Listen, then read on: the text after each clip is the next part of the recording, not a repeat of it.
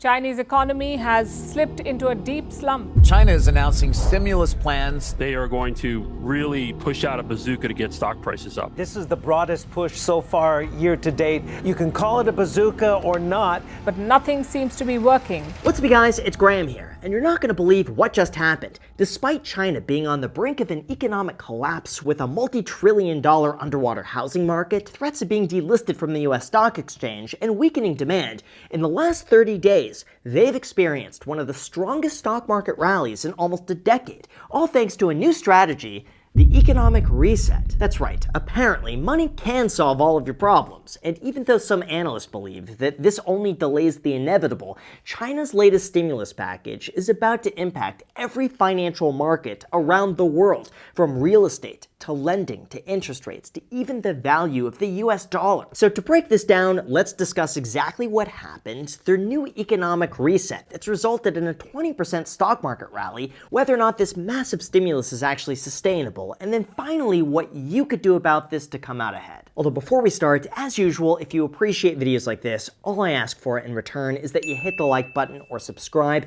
It helps out the channel tremendously. It's totally free, and as a thank you for doing that, I will do my best to reply to as many comments as I can. So thanks so much, and also a big thank you to Rocket Money for sponsoring today's video, but more on that later. Alright, so I've said this before, but as a bit of a background, up until recently, China's been on an unstoppable trajectory. That's because for the last 30 years, they've been at the forefront of production, international investment, and rapid productivity, all because of an exchange that occurred back in 1979, which gave China diplomatic relations with the United States, and by extension, the rest of the world. All of a sudden, China shared a common objective with the global economy, and as a result of that, money poured in. Countries from around the world invested in Chinese infrastructure, took advantage of low-cost labor, and helped them bring much-needed funding to areas that were previously closed off. At this time, growth was so impressive that in 2001, China became a member of the World Trade Organization as a way to further strengthen ties with the United States. But it didn't go exactly as planned. For the United States, it quickly became apparent that demand for low-cost Chinese goods was increasing faster than expected. More and more products were being outsourced elsewhere, and corporations moved 6 million jobs overseas to allow for higher profits. Even though this did bring down the cost of everyday items that a lot of us still use to this day, for China, the benefits were monumental. With all the increased worldwide trade and foreign investment, 400 million people were lifted from poverty. In addition to that, their economy is now more than 11 times larger today than it was in 2001. They became the world's largest exporting nation in 2009, and they were even touted as the world's economic miracle while they grew at a faster pace than any other nation. However, not everything appeared exactly as it was on the surface, because the more China grew, the more powerful they became in relation to every other nation. The more leverage they had to maintain tight control over their businesses, the more they could regulate as they deemed necessary, and as a result of all that, the more difficult they've been to join forces with. In fact, members of the World Trade Organization allege that China's been providing illegal state subsidies to businesses who export their products, discriminating against companies who don't buy from Chinese manufacturers, and controlling supply chains through taxing raw materials. Even worse, it's said that they've been purposely devaluing their own currency by as much as 40% as an incentive for other countries to buy their goods at a discount, leading, of course, to fake economic growth that was largely unsustainable, as we've recently begun to see. So in terms of the three major roadblocks for China and how they're now dealing with it, let's begin with the first: real estate. See, up until recently, China experienced what many would call a real estate property bubble, as citizens preferred to put their money in housing as a safety net, causing real estate prices to increase double digits year after year. In fact, China was building 5 times as many homes as America and Europe combined, and supply was still so limited that they used a lottery system to allocate them, some with odds as low as 1 in 60. This led to 70% of the country's wealth being tied up to the real estate market, which is more than twice as high as it is here in the United States. At that point, property values were rising so quickly that developers would pre-sell units and buyers would begin making payments on something before it even existed, with the expectation that once it's done, it's going to be worth a lot more since the market just kept moving higher. It didn't matter how much it costs either, with some buyers spending as much as 23 times their annual income to say they own a property, oftentimes with a mortgage making up more than half of their gross take-home pay. Yeah, if you thought the housing market market was competitive here in the US, you haven't seen anything compared to that. Anyway, China's real estate market was growing so quickly that prices increased 700% from 2001 to 2017. So in an effort to curb some of this appreciation, the government stepped in with imposed regulations on who is able to purchase a house, and they said that homes should be for living, not for speculation. But it was too little too late. With their economy now beginning to slow down, property developers had a harder time raising money in order to stay afloat. They couldn't afford to finish their pre-construction units, and even though this originally started with Evergrande, within 4 weeks, more than 320 projects in about 100 cities were facing protests, roiling markets, and forcing authorities to corral banks and developers to diffuse the unrest. This led to Evergrande, their second largest property developer, filing for bankruptcy in mid-2023 after owing more than $300 billion to its investors. An estimated 233 other property developers filed for bankruptcy shortly afterwards, and in response to this, China began lowering interest rates as a way to help spark some more economic growth. But there was also a second boogeyman that the entire economy had to deal with, and you're going to want to hear this. Although before we go into that, I think it's really important to mention that there's always going to be some sort of economic uncertainty out there, and even though it seems scary, it's precisely why you should take matters into your own hands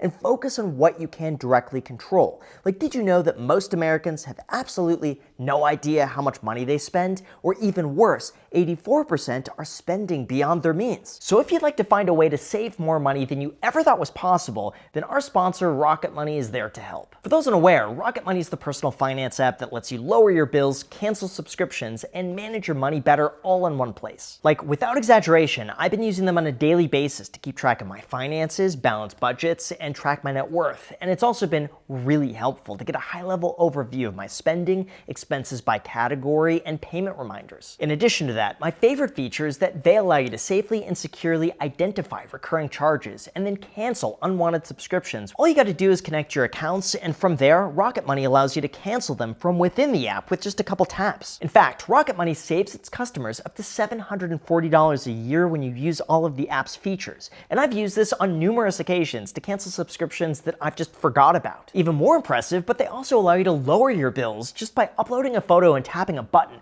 From there, Rocket Money will negotiate them down on your behalf for everything from internet, cable, phone bill, and more. You could also create a budget that works with your income and set thresholds on categories like dining out or entertainment, and Rocket Money will alert you anytime you get close to exceeding them. So to try it out and give it a shot and then unlock even more features with premium, go to rocketmoney.com/Graham or use the link down below in the description. Thank you so much, and now let's get back to the video. Alright, now in terms of the second economic boogeyman that China has to deal with, it's none other than youth unemployment. All of this began in 1998 when China created an expansion on higher education. This provided much needed funding to build schools, hire professors, and give students an education that couldn't otherwise afford it. The goal here was to develop a knowledge-based economy, satisfy demand for higher educated workers, and then grow their economy to eventually compete with the rest of the world. As a result of that, it's said that Chinese universities accepted about 1.59 million students in 1999, up more than 47% from the previous year. And in a way, it made higher education almost like mass education to anyone who was interested, even if they lived in rural areas with a low-income background. However, as we could see today, there was a bit of a problem in that higher education expanded faster than there was market demand, meaning there were a lot more college graduates than there were jobs to pay them, and as a result, youth unemployment increased. As it stands right now, the jobless rate of 16 to 24-year-olds is currently 18.8%, and that's been steadily rising since the surveys were started in 2018. In fact, unemployment has gotten so bad in this category that lottery sales increased more than 50% because young people see hitting the jackpot as their only solution to achieving financial freedom. In addition to that, it's said that many companies are refusing to hire recent college graduates now because they worry about the costs and legal difficulties if they have to let someone go a year down the line if the economy remains in the doldrums. In terms of how much this costs, apparently companies have to pay quite the severance, or in this case, if someone works for 2 years, they have to give 30 days notice plus 2 months salary. This is expensive, so no one wants to fire anyone now or hire anyone new. On top of that, youth unemployment actually got so bad that the government stopped publishing data for several months in 2023 and only resumed doing so once it changed its methodology. Because of that, the third problem seems that much more obvious: deflation. Now, for those unaware, deflation is pretty much the opposite of inflation, where instead of prices going up, they're going down. And even though this might sound like a good thing, it's not. See, when prices come down, it's a sign of less demand. And when your money becomes more valuable the longer you hold on to it, the less likely you are to spend it, which means prices fall even further, companies scale back, they produce less, the cycle repeats itself until eventually the entire economy weakens and falls into the abyss. In China's case, though, consumers are very reluctant to spend money after 3 years of COVID lockdowns, with recent CPI only increasing 0.4% year over year. Companies are also taking note of this and reducing their workforce, resulting in even more deflation as less money is available to be spent. Essentially, even though household income growth is outpacing that of spending and disposable income per capita rose 5.4% in the first half of the year, China's citizens are afraid to spend more money because of strong economic uncertainty, especially everything that's happened with falling real estate prices, bank runs, and high unemployment. This, of course, means that China is falling short of their 5% GDP growth goal. Unless, of course, their latest strategy is going to work, and that would be their economic reset, otherwise what's known as the bazooka stimulus. Essentially, China's solution to a slowing economy is the tried and true method of printing a lot of money. And in terms of how they're planning to do this, let's begin with the banks. A few days ago, the People's Bank of China moved forward with 2 funding proposals that would inject about $112 billion into the stock market. In terms of specifics, it said that they would lower interest rates to make borrowing money cheaper, lower mortgage rates for homeowners, benefiting 50 million households, and lower the requirements for how much money banks need to keep on reserve, freeing up $140 billion. It also set aside $28 billion for local government investment projects. This also includes lowering down payments for buying second homes, often purchased in China as investments, which would be cut to 15% of the apartment's value from 25% now. By the way, side tangent here, but do you remember a few years ago when they said that second homes were for living, not for speculation? Well, it seems like they've completely reversed course on that now that their economy depends on it. The second, rumors have been swirling that Beijing plans to release $284 billion in sovereign bonds later this year to provide funding to pay down local government debt and boost China's social safety net. And third, government officials are pushing for a much bigger stimulus package, potentially as high as $1.4 trillion, otherwise the economy may fall off a cliff. However, in terms of how all of this is being perceived, from an investment standpoint, they're widely optimistic, with the stock market having increased over 20% in the last month. Although one economist was quoted as saying, "The move comes a bit too late, but it's better late than never." But in terms of what I think and the expectations going forward, I have some doubts. As of right now, yes, it is true that China's stock market has seen some rather impressive returns over these last 30 days, but it's important to acknowledge that a large portion of this rally is due to the optimism that China will enact even more stimulus in the future, rather than from existing policies already in place. Like, a part of their recent price surge is based on promises that may or may not happen in the future. And even though they did cut interest rates and reduce mortgage down payments, one could argue whether or not this is an actual long-term solution or a quick fix just designed to get them going a little bit longer until eventually they have to step back in again. For example, one of the ways that they were able to free up some more money was by reducing bank reserve requirements. Now, banks don't have to keep as much cash on hand, allowing them to lend even more. But is this a good idea if they face a liquidity crisis and customers all come demanding their money at the same time?